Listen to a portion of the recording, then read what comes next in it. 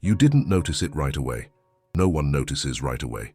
Because silence has this subtle way of dressing itself as peace, but it's absence, it's evasion, it's exile. And the worst part, you start to get used to it. The silence between you didn't come with shouting. It came with exhaustion, with avoided gazes, with that kind of presence that no longer touches. With "I'm fine" said out of obligation, not conviction. And when you tried to speak, he would deflect, she would shut down. You were both protecting yourselves too much to be able to reach each other. That was your first realization. It's not that the person hated you, it's that they no longer knew how to love you without getting hurt, and neither did you. Each of you creating your excuses, your walls, your armor of silence made to avoid conflict, but which became invisible cells for love. And like any well-built prison, this one made no noise. You breathed the same air, but lived in a different world. And this is where the heart also begins to die in silence. Do you remember that day? The one where you realized you had talked all day long, but none of the words were really for him, or for her. Everything was a hint, formality, contained tension. The house became a minefield, but no one dared to step too far, because any wrong move would blow up what little was left. So you avoided it, and by avoiding so much, you lost spontaneity, you lost lightness, you lost comfort, you lost the look at me with truth in your eyes. And this leaves marks that don't show up in photos. You see the other lying next to you, but they seem like a body without a soul, without commitment, without searching, without presence. And then the worst begins to happen. You start to question if it's your own madness, if it's just a phase, if you're the one asking for too much. But deep inside, you've already realized this is no longer love. It's resistance. It's the desperate attempt to hold on to something that has already unraveled over time. And that doesn't mean that there wasn't love. It means that love has been frozen like a flower trapped in ice. It still exists, but it's inaccessible. Trapped. Suffocated. You weren't screaming, you weren't crying, but you were crying inside. And the cruelest part was this, not having anywhere to put your pain, because no one on the outside would understand. After all, you were still together. But together where? Together in which part? In the body, in the house, in the contract? Because in your soul, you already felt alone. And that accompanied loneliness is one of the worst kinds that exist. Do you remember when you started preferring to come home later? When your phone became a refuge? When you wished, even if just in thought, that he would travel more, that she would go to bed earlier? Tiny escape wishes that showed how that relationship no longer sustained you. And yet, you tried. You tried to save it. You tried to start conversations. You tried to propose things. You tried to show yourself. But the other person, always colder, more distant, more indifferent, until you also started becoming like that. And then, the silence between you turned into armor, but it also became a prison. If this has ever happened to you, comment. I needed to hear this. So do you see how it gradually infiltrated? There was no break. There was erosion, and the love that once warmed began to freeze. And in this freezing, you understood. If I stay a little longer, I too will turn to stone. But it wasn't easy to leave, because there was attachment, there was history, there was fear, and a part of you still believed it could go back to how it used to be, like at the beginning, like in the good times, but slowly you started to accept what hurt to admit. That wouldn't come back, not in that way, not with that person, not in that format.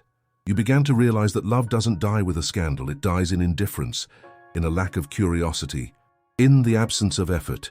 And there in that house, in that room, in that silence, no one was trying anymore, and you didn't leave all at once, but you decided to depart from within. You started to empty the affection. It was packaging up the soul. It was distancing itself without moving, and that hurts. Because those who decide to leave also suffer from everything they had to leave behind. Have you ever been through this? Share your experience in the comments. It's not a lack of love. It's an excess of absence. And in this absence, you started to come back to yourself, to start listening to yourself again, to start touching yourself again, to start choosing yourself again. You began to break free from the emotional captivity where your heart had been held, and not because someone set you free, but because you had the courage to realize what was imprisoning you, and that was the beginning of your liberation. You left. Yes, you left. Maybe not physically right away, but emotionally. You had been packed and ready for a long time. And when you truly left, it wasn't with relief. It was with a strange kind of silent guilt. Not guilt for hurting someone, but for giving up on what once made you happy. You felt like you were betraying an invisible pact, as if abandoning this story would break a promise no one demanded of you, but that your heart swore to fulfill. And that breaks you into pieces. Because no matter how many reasons you had, no matter how hurt you were, you still loved. And to love and leave at the same time requires a type of courage that no one teaches. You learn it the hard way. In the pain of every night, you lie down with the doubt, did I do the right thing? And no matter how much everyone says it's for the best, they weren't there. They didn't see how hard you tried. They didn't witness those nights where you cried alone, lying next to someone who no longer looked at you. They didn't realize that your smile slowly faded until there was only the gesture left, with no soul behind it. They didn't hear the silence, the muffled noise of absent affection, the sound of a relationship that, although alive on paper, had already died in touch. And when you left, the world didn't understand, because on the outside, everything still seemed functional. You still posted pictures together. You still laughed in public. You still shared plans, but deep down that you haven't seen each other in a while. Then came the weight. The weight of needing to explain the inexplicable. Why did you leave when everything was fine? But everything wasn't fine. You had just learned to pretend that it was. Because saying it ended due to a lack of emotional depth sounds trivial. Saying it ended because of a lack of real touch sounds exaggerated. But it's not. You know it's not. The body can hold on for a time. But the soul, that it doesn't survive where there's no reciprocity. And that's why you decided, before I lose myself, I'll distance myself from what drains me. And the truth is this, you didn't leave because of a lack of love. You left because you didn't want to die inside it. But those on the outside, I don't understand that. And you began to notice a second pain, the pain of judgment. People who thought you were cold, that you gave up easily, that you were selfish, but no one there was in your shoes. No one there lived the struggle of trying to love someone who no longer listens to you, who no longer asks how your day was, who doesn't touch you with desire. Have you ever lived something similar? Lived? Tell me in the comments. You know, the hardest part of leaving a relationship like this is that you take pieces of yourself along. You don't just leave the other person behind. You leave behind dreams, rituals, places that were yours, expressions, sounds, scents, and all of this gets scattered through your memory like shattered mirrors.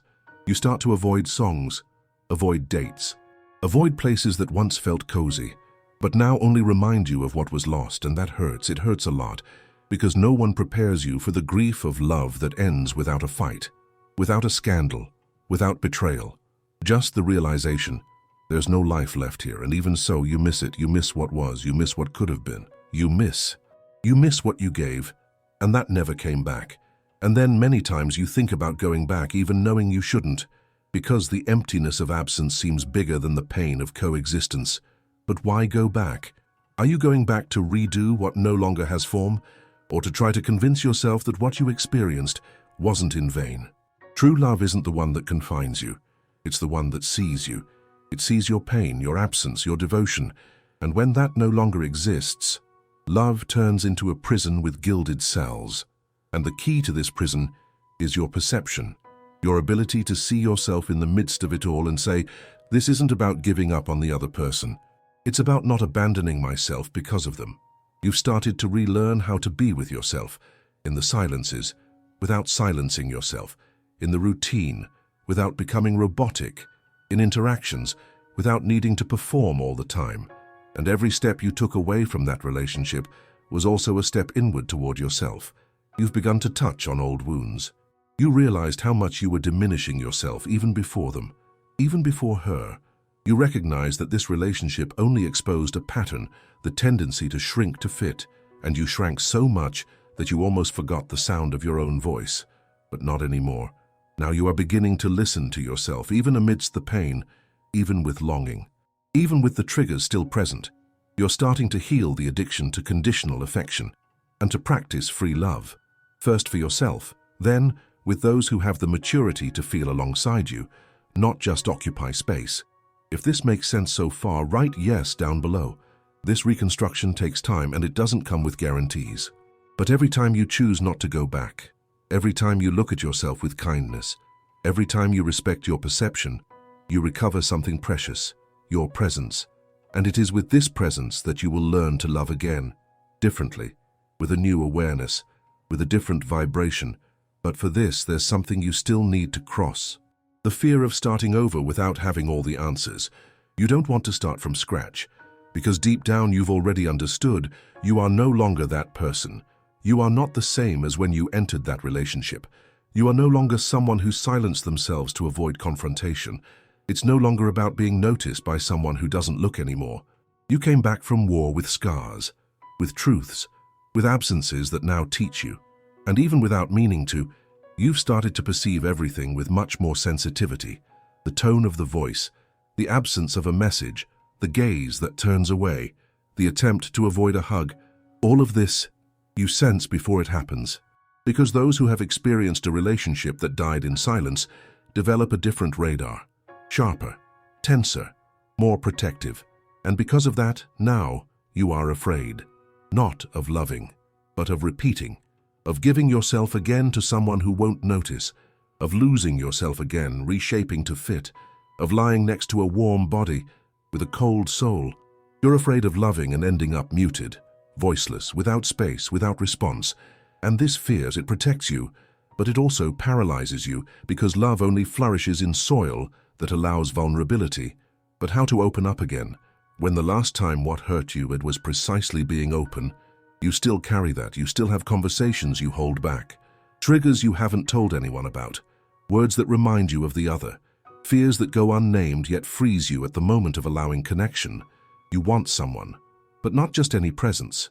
You want a love where you can be whole, without having to measure every phrase, without translating every feeling, without asking to be noticed. You want someone who sees, who listens to what you don't say, who touches without invading, who stays even when the day isn't good. Someone who recognizes when you close off, who feels when you're suffocating, who reminds you that it is indeed possible to love lightly, but without superficiality. But before you find that person, there's a step you can no longer ignore. You need to see yourself, to perceive yourself with the same care you expect from others, to listen to yourself with the same attention you so generously gave, to nurture yourself without constantly berating yourself for having left that relationship. You didn't leave. You survived. You chose to stay alive even if on a different path. And now, it's time to rebuild. Not in a hurry, not in despair, but with presence. Do you realize that everything you've experienced has brought you to this point? You are no longer the one who asked for crumbs. You are no longer the one who confused attention with affection. You are no longer the one who tolerated coldness as if it were normal. You've learned in your skin, in your body, in your soul. And this wisdom will now guide your steps. But there's a difficult truth you need to face. Not everyone is ready to love someone who accepts nothing less than they deserve. And because of that, you will encounter many who try to belittle you, who will make you seem too difficult, too demanding, too closed off. But don't believe it. It's not coldness. It's emotional maturity. It's the kind of love that doesn't rely on performance. It's you returning to your wholeness, without giving up who you are just to avoid being alone. And yes, that's scary. It scares you. It scares others. Because the world has grown accustomed to lukewarm relationships, to comfortable silences, to affection that doesn't require depth. But you don't fit into that anymore. You need soul, real exchanges, eyes that speak, arms that embrace, words that don't shy away but heal. You need to be seen, and now you know that. So, repeat with an open heart. I won't silence myself to be accepted. I won't shrink myself to fit in. I won't abandon myself to keep someone. If this resonated with you, comment, I needed to hear this. And when new love comes, because it will come, you will notice right away. You will realize you no longer need to walk on eggshells, that you can express how you feel without fear of seeming intense, that you can disappear for a day without being punished for it, that you can cry and the other person will stay. And the most beautiful part, you'll see that the other doesn't complete you, but finds you whole. And that changes everything. You will learn that true love doesn't suffocate, doesn't freeze, doesn't silence. True love expands you. And on that day, all the nights of loneliness will have made sense. All the silence that hurt will have just been the pause before reuniting with you. This conversation doesn't end here. Click here and come with me.